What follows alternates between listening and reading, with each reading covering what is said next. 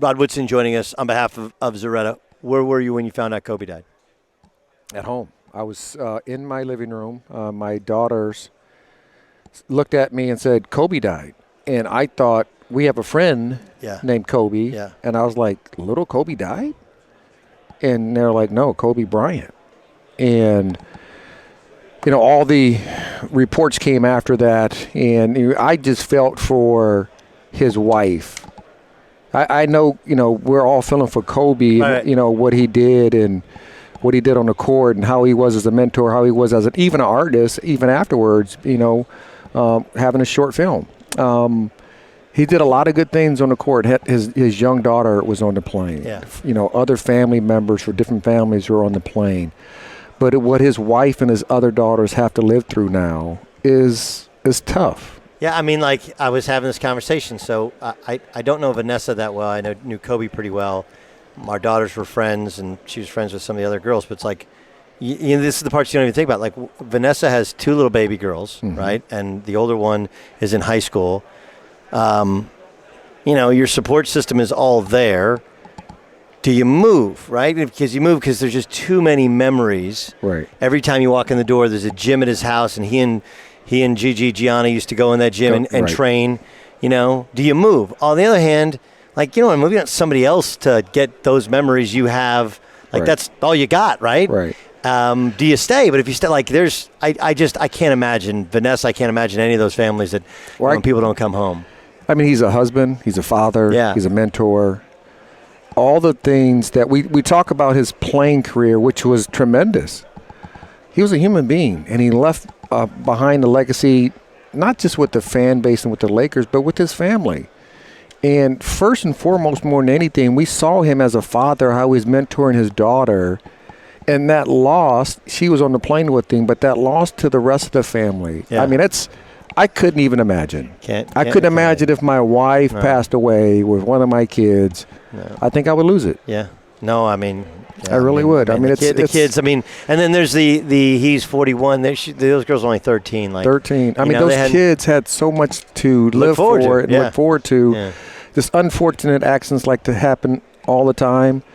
This time, Kobe Bryant was on the helicopter. Yeah, that's very sad. Rod Woodson joining us, the Hall of Famer. All right, let's talk a little football. First, let me start on the defense side. That's your area of expertise. You've played it. You've broadcast about it. You've coached it in the National Football League. I know Richard Sherman and Darrelle Revis are different players, right? But Richard Sherman, and he's a guy he's not just talk the talk, he's walk the walk. Yes. But Darrelle Revis is like, hey, nobody would throw. I mean, you got all these picks because people throw at you. I played man-to-man. There's the machismo of man-to-man, whereas, you got more of a zone look from what San Francisco's doing. Is Sherman in Revis's class in your mind? Well, first of all, let me go here. Let me say it's very petty for Revis to do that. Listen, Richard Sherman is who he is. He plays in the system that he plays in. Let it be. It never crossed my mind to tweet about how poor somebody played at a position because I played it, in my mind, better. Right. I think it's petty. Revis should be above that. He was a good player. I understand that. But in the time frame that Richard Sherman has been in the league, and if you want to say he's his own player, then say it. But he still has 39 interceptions, including the postseason, more than anybody else in his time frame of playing in the league. That's pretty good. All right, that's pretty good. I just think it's petty for somebody to come out and call out one of his. To me, each position is like an extended family. So DBs, we all know each other. I have much respect for the 70s, the 60s, the 70s, the 80s, the 90s, the years. All those guys who I played and competed against for stats, I have much respect for. And I would never go out of my way to social media to criticize a guy during the game because he got beat on a double move. So everybody gets beat. Revis has been beat. Oh, he got beat a lot in his last year with the Jets. He kind of embarrassed himself by not being in proper shape. But I'm just saying, but everybody's been beat. Right. The bear gets you, and you get the bear. But as long as you get the bear more than he gets you, then you're a pretty good player.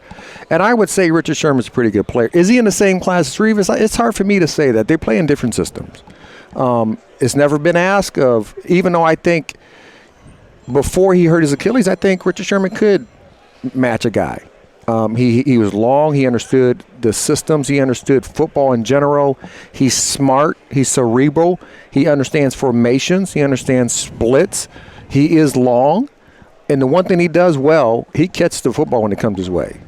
Revis is a little bit different. Revis was more handsy. He was a really good press guy. Mm-hmm. He was very patient. He was probably the best patient corner I've seen in press in my time frame. But I just think it's petty on his part to call out one of his contemporaries that played his position during a game. I just think it's petty. I think Revis should be above that. You've won this game before. 11-time Pro Bowler Rod Woodson, Hall of Famer, joining us. Doug Gottlieb Show, Fox Sports Radio. I feel like we're walking into I'm not, but many are walking into the exact same trap they've walked into for years, which is, man, we love offense. Offense is fun. And nothing's more fun than watching Pat Mahomes and Tyreek Hill and Travis Kelce. Offense is fun, but Ravens twice over have done this, right, yep, with average offenses. We saw Seattle do it to the Broncos. The Broncos offense, 50 touchdowns, Peyton Manning a couple years ago in New York. Mm-hmm. We saw it, frankly, last year, right, with the Patriots, yep, slowing the game down, shortening the game, and shutting down the high-powered offense of the Rams. You go back to the Bills when they were spreading out, going 4 and 5 wide, and they lost 4 straight Super Bowls. The old adage is, even the Patriots' best team on paper was 18-0, right? Right. 50 touchdown passes for Brady to Randy Moss, and but they lost to the Giants because the Giants pass rush, right? Are we walking into that same trap? But we're enamored by Mahomes. We're rooting for Andy Reid because he's done it a long time. He's come so close, and we're missing the fact that the defense and defensive fronts, like the 4 they have, that's how you win a championship. I think both teams poses problems for the opposing team. So when you look at Kansas City's offense, listen, they're going to put number 10, they're going to put Hill at number 3, they're going to put 17 Harbin at number 2, they're going to put 14 Watson, SME, they're going to put him outside at number 1, they're going to flex Kelce outside, they're going to chow, what I mean by that, they're going to take their running back, either Williams or McCoy, and he's going to split the tackle. He's going to chip the end, probably where Bosa's at. Then he's going to chip release. What's their answer? Because these guys are getting vertical. Yeah. Now, if they can get pressure on Mahomes, which he's done a tremendous job. He was MVP last year. I think he played better this year because he didn't take those unnecessary sacks. He felt the timing. He felt the clock in his head. He got rid of the football. He was more willing to take the check down than he did last year. Right. He threw 50 touchdowns last year. I thought he played more. I thought he played better. He didn't have those plays last year where you said, what the heck? Who are you throwing the ball to? Right. He didn't do that this year. So like the Rams game. Like the Rams. So can they stop that vertical passing game, which is the strength of the 49ers defense on the back end? They give up the least amount of deep balls than any other team throughout this year. But they get it because that front 4, which they got some dogs up there, they can get that pass rush. If they do not get after him and he extends those plays with his feet, can the back end hold up for the 49ers? That's my concern. That's my question. But then on the back end, when you flip the 2 and you go to the 49ers offense, man, those running backs, man, them dudes can run. No doubt. They're fast, and all of them. Yes, they get to that edge, and if you don't set it, they're gone. And if you do, they give one-cut guys that are all really good at one-cut running. And what I love about Kyle, he's just like his dad. He games plans. He's going to have like 4 runs that they only do for this game. Right. They run that outside zone. They run the inside zone. They're going to cut the backside, 1 cut downhill. They're going to have 3 to 4 runs just for this defense. And if they can't stop that run, because these guys get to the second level, and the Chiefs linebackers, they're okay. They're not great. They're okay. If they get to that second level, they got issues. Talking about the Kansas City Chiefs defense. Now, they've played better on the back end. When you switch from a 3-4 to a 4-3, I love Steve. I think he's a good coordinator.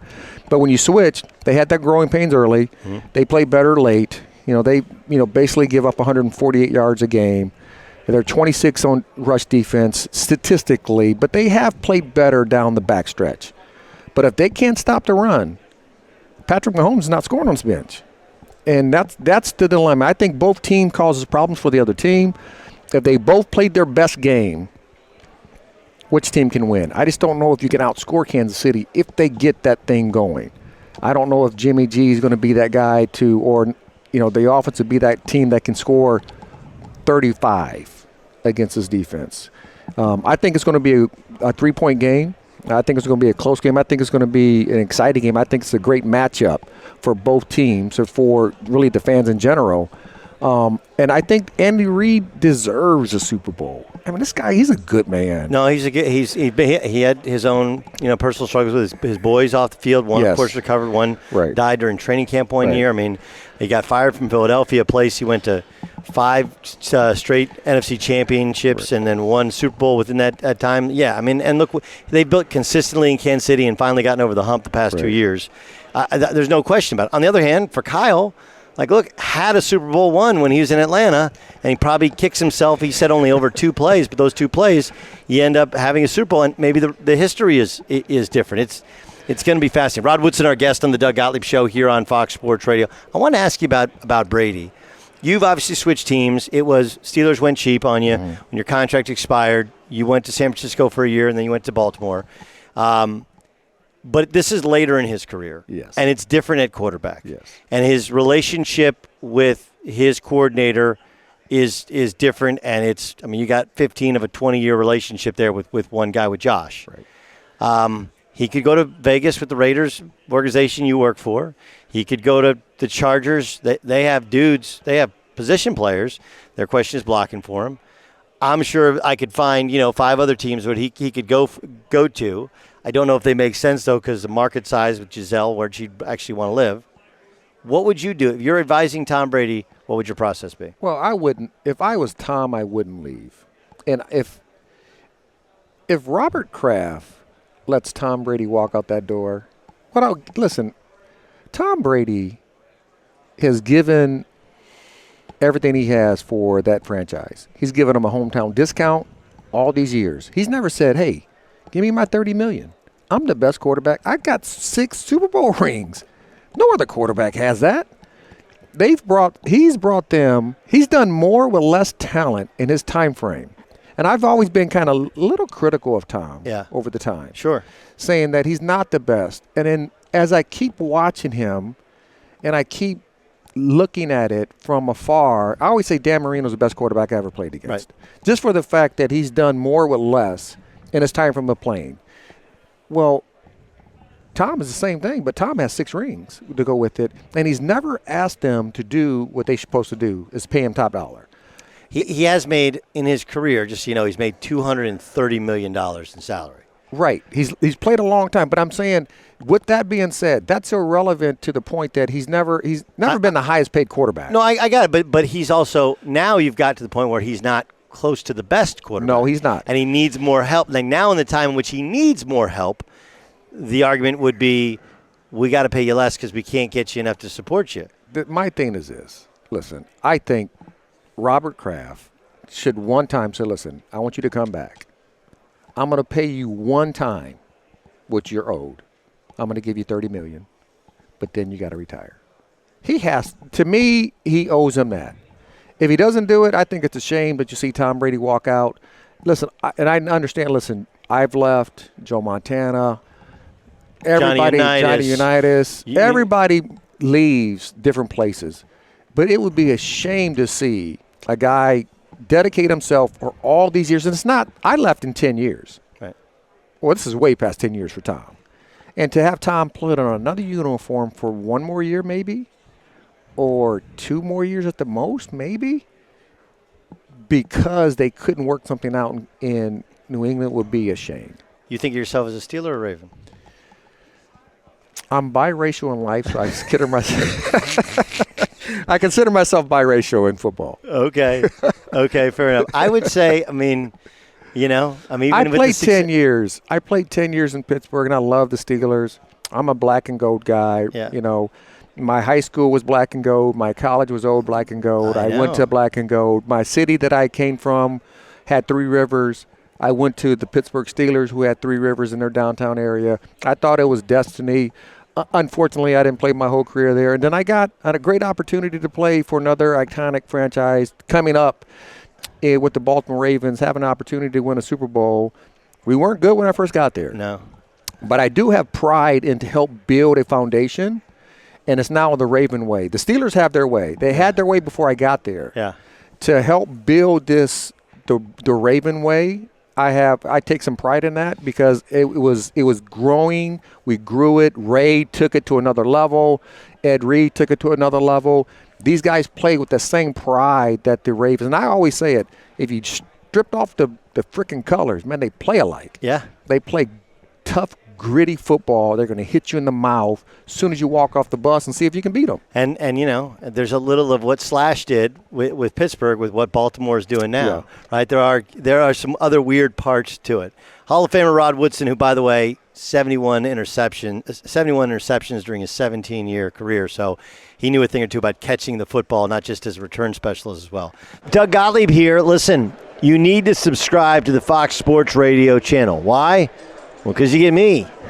Duh. Plus, great interviews, interesting content, and you can watch the best lineup in sports radio.